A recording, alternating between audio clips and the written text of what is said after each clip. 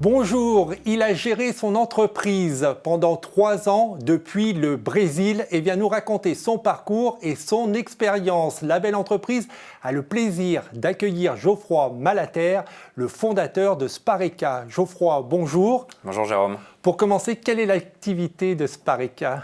Spareka est le leader de l'auto-réparation. Autrement dit, on aide les gens à réparer leurs appareils de la maison et du jardin en leur montrant comment trouver la panne, en leur vendant une pièce détachée et en les accompagnant avec un tutoriel vidéo.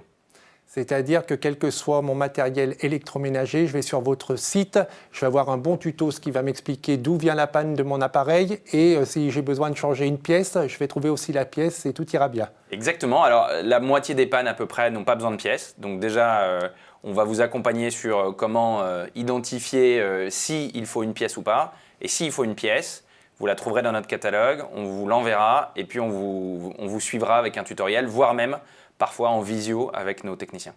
Alors avant de revenir sur cette spécificité qui vous caractérise, à savoir gérer votre entreprise depuis l'étranger, est-ce que vous pouvez nous dire si au moment de créer votre première entreprise, parce que vous en avez créé plusieurs, vous vous êtes confronté à certains murs, à certains freins ? Alors moi j'ai créé ma première entreprise en 2006, à l'époque j'étais salarié même. Et bien évidemment, lorsque vous êtes dans un environnement où les gens ne sont pas tous entrepreneurs, là, ça fait peur.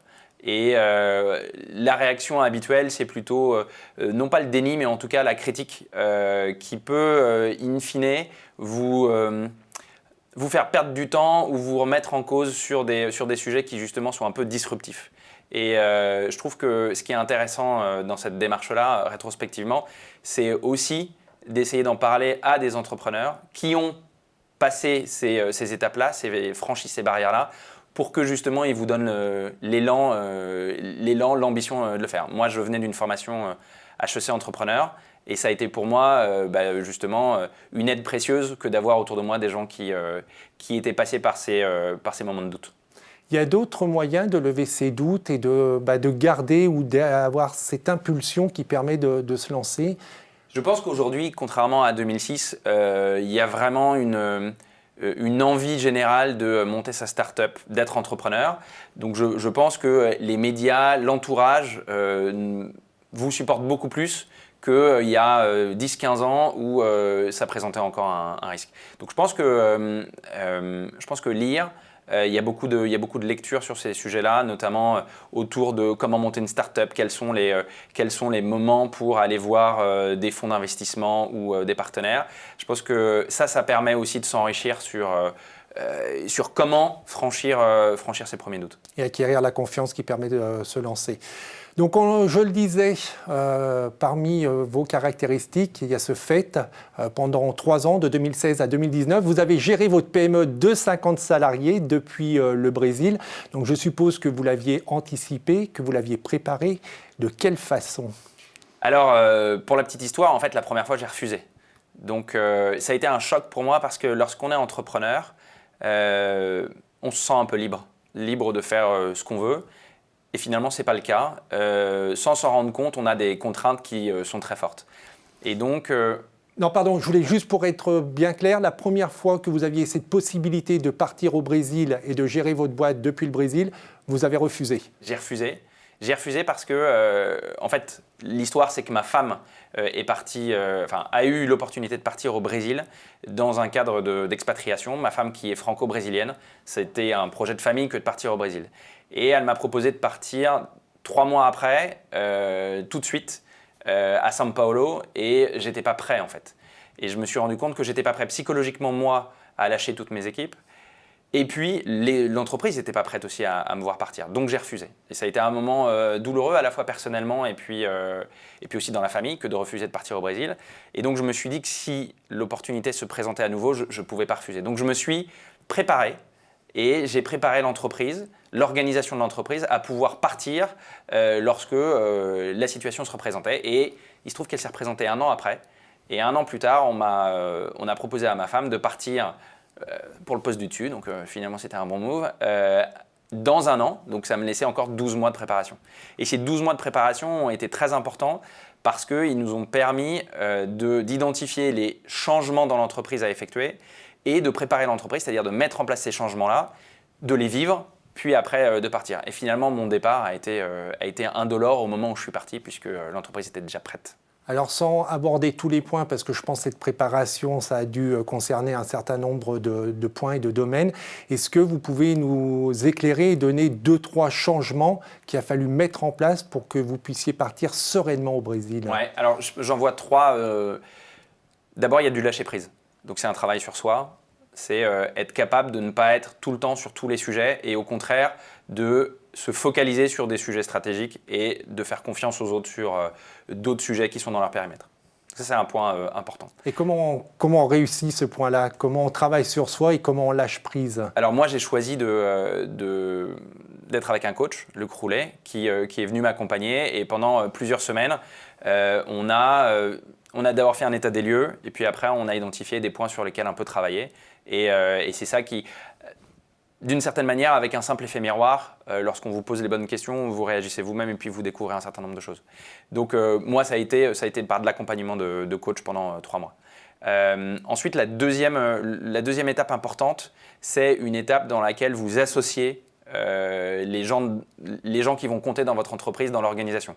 Et donc pour moi, ça a été la création d'un comité de direction et de choisir 5 managers dans mon comité qui allaient m'accompagner dans la gestion de cette entreprise-là, qui auparavant, l'organisation s'était faite un peu naturellement, parfois de manière pyramidale, mais un peu naturellement, sans qu'on ait finalement mis sur le papier quelle était l'organisation qu'on voulait. Donc ça a été l'occasion de créer une organisation qui allait prendre en charge le développement de l'entreprise. Et puis 3, c'est aussi d'accompagner chaque collaborateur en leur expliquant que le départ, c'est pas une fuite, c'est pas une vente, c'est juste une délocalisation de mon bureau. Et ça s'accompagne aussi parce qu'en fait, évidemment, quand vous êtes fondateur, seul actionnaire d'une entreprise, les collaborateurs peuvent le voir comme un changement drastique dans l'entreprise, ce qui n'était pas du tout ni mon envie, ni le contexte. Et alors concrètement, une fois que vous avez été sur place, comment vous avez géré l'entreprise? Alors, d'abord, quand on est sur place, on est sous une vague de contexte administratif qu'il faut vivre personnellement. Donc déjà, ça, il faut dépasser ça. Et puis ensuite, on se retrouve dans un schéma où on se sent un petit peu pas aller assez vite par rapport aux autres. On a envie d'en faire plus. Et donc, on essaye de se caler sur les horaires parisiens. Moi, j'avais 5 heures de décalage, donc ça veut dire que je me levais très tôt, je travaillais beaucoup. Et puis, au bout de 3 mois, on arrive à prendre son rythme. Et finalement, on crée un schéma qui nous va bien, où on est beaucoup sur Skype. Donc, le temps passé à distance en visio. La visio est très importante, contrairement au téléphone. La vue des gens est très importante. Donc, il y a beaucoup de temps passé sur Skype. Il y a pas mal de temps passé dans la préparation des réunions pour que les réunions soient rapides. Et on change en fait un peu de paradigme et nous, on a fait beaucoup de progrès sur les réunions. D'ailleurs, on a fait un sondage il n'y a pas très longtemps et les gens notent leurs réunions 8,6 sur 10 en moyenne, alors qu'en fait, il y a quand même beaucoup de choses en France où les gens se plaignent de la réunionnite. Bon, et ben, on a réussi en fait à développer des modèles de réunion où on est préparé, on a un ordre du jour et on va vite. Et donc, ce point-là est hyper important parce que moi, au fond, je passais 6 à 7 heures de réunion par jour sur Skype. Et en fait, c'est très fatigant pour moi et donc du coup, on peut être moins efficace ensuite. Donc l'organisation, elle se tourne autour de avoir son planning à soi et pas être collé au planning de l'entreprise. Et puis ensuite, préparer les différentes réunions pour qu'elles ne soient pas trop longues. Qu'est-ce qui a été le plus compliqué? Le plus compliqué, ça a été la solitude. Moi, j'ai fait le choix de ne pas développer mon entreprise au Brésil, mais de me concentrer sur l'entreprise en France, après avoir fait une étude de marché pour autant. Mais notre entreprise se développait beaucoup en France et il fallait que je l'accompagne. Eh bien, je me suis retrouvé du jour au lendemain, avant j'étais entouré d'une 30aine de personnes, 50 aujourd'hui, tout seul dans un coworking. Même si on aime bien discuter avec les uns et les autres, c'est pas pareil d'être entouré de tous ses collaborateurs que d'être tout seul. Donc ça a été un point difficile à vivre. On s'y habitue, mais c'est pas quelque chose de joyeux. Et le deuxième point, c'est de réussir à gérer la déception, l'énervement, les difficultés à distance. Lorsque ça se passe mal à distance, c'est quand même beaucoup plus difficile d'arrondir les angles que lorsqu'on est dans une salle de réunion où physiquement on va se revoir 5 minutes après. Donc ça, c'est aussi un sujet sur lequel on doit être particulièrement plus positif, particulièrement être plus rond dans ces moments-là. Qu'est-ce qui reste de cette expérience? Vous l'avez dit, l'organisation des réunions, vous avez fait un bond. Est-ce qu'il y a d'autres points sur lesquels cet exil brésilien a permis aussi à l'entreprise de progresser? Alors oui, bien sûr. Peut-être en premier lieu, la prise de recul. À deux niveaux. D'abord, la prise de recul au niveau du business. C'est-à-dire que quand vous êtes en France, vous avez l'impression que Marseille et Toulon, c'est très différent, deux business très différents, deux villes très différentes. Puis quand vous êtes au Brésil, vous vous rendez compte que la France, l'Espagne, l'Allemagne, c'est pareil, c'est l'Europe, quoi.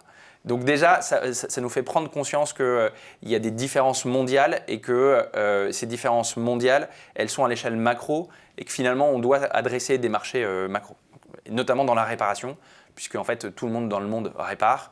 Et que les spécificités, elles sont plutôt mondiales. Ensuite, il y a un sujet très important qui a été au niveau de l'autonomie de chacun. Ça nous a fait vraiment beaucoup avancer parce que au comité de direction, mais même un peu plus largement dans les collaborateurs, chacun a pris conscience qu'il était responsable de son travail, que c'est lui qui faisait grandir l'entreprise. Et je pense que beaucoup sont devenus intrapreneurs. Et c'est exactement ce que je cherchais, à ce que chacun personnalise son travail comme il en avait envie, qu'on libère un petit peu les forces qui auraient pu être retenues par, je sais pas, du mauvais management ou de la mauvaise organisation et que chacun s'épanouisse comme il peut. Donc je pense que ce deuxième thème qui a été l'autonomie a permis de faire grandir l'entreprise. On a été primé Great Place to Work, on a été primé Happy to Work dans les 3 ans, donc voilà, ça a fait ses preuves. Si je vous comprends bien, c'est donc une expérience qu'on peut recommander aux entrepreneurs qui auraient la possibilité de partir s'installer à l'étranger pendant une période. Alors nous, on est on est dans un schéma de B2C sur Internet. Je pense que c'est plus compliqué lorsque vous êtes en B2B et que vous devez voir vos clients tout le temps. Moi, j'ai été agréablement surpris par le fait que nos partenaires B2B acceptaient tout à fait la distance et la visio. Et ça a été pour moi une chance. Évidemment, je pense qu'il y a des secteurs où c'est plus adapté que d'autres. Les secteurs du projet digital de manière générale, c'est très adapté. Et d'ailleurs, je pense que le développement des freelances de manière générale suit ce mouvement où tout le monde peut travailler à distance. Dans d'autres cas de figure, c'est plus compliqué. Moi, en tout cas, j'encourage les gens à lever les freins qui leur permettent de partir. Est-ce que vous avez d'autres conseils à donner à ceux qui voudraient se lancer sur le chemin de l'entrepreneuriat à la lumière de votre expérience d'entrepreneur? Lorsque je suis parti au Brésil, autour de moi, personne n'avait jamais fait cette expérience finalement de laisser son entreprise à distance. Et je pense que c'était une forme d'entrepreneuriat. Il faut de l'audace pour être entrepreneur. Il faut aller là où personne n'est. Et il faut tester des choses. Donc, moi, le conseil que je donne aux entrepreneurs, c'est d'abord ayez de l'audace. Et ensuite, c'est dans la réalisation des choses. On dit souvent que finalement, ce n'est pas l'idée qui va faire le business, mais c'est la façon dont on la réalise. Et si, en fait, ça a marché à distance, c'est aussi parce qu'on était très rigoureux sur les façons de faire. Donc, les 2 conseils que je donnerais, c'est ayez de l'audace et faites bien les choses.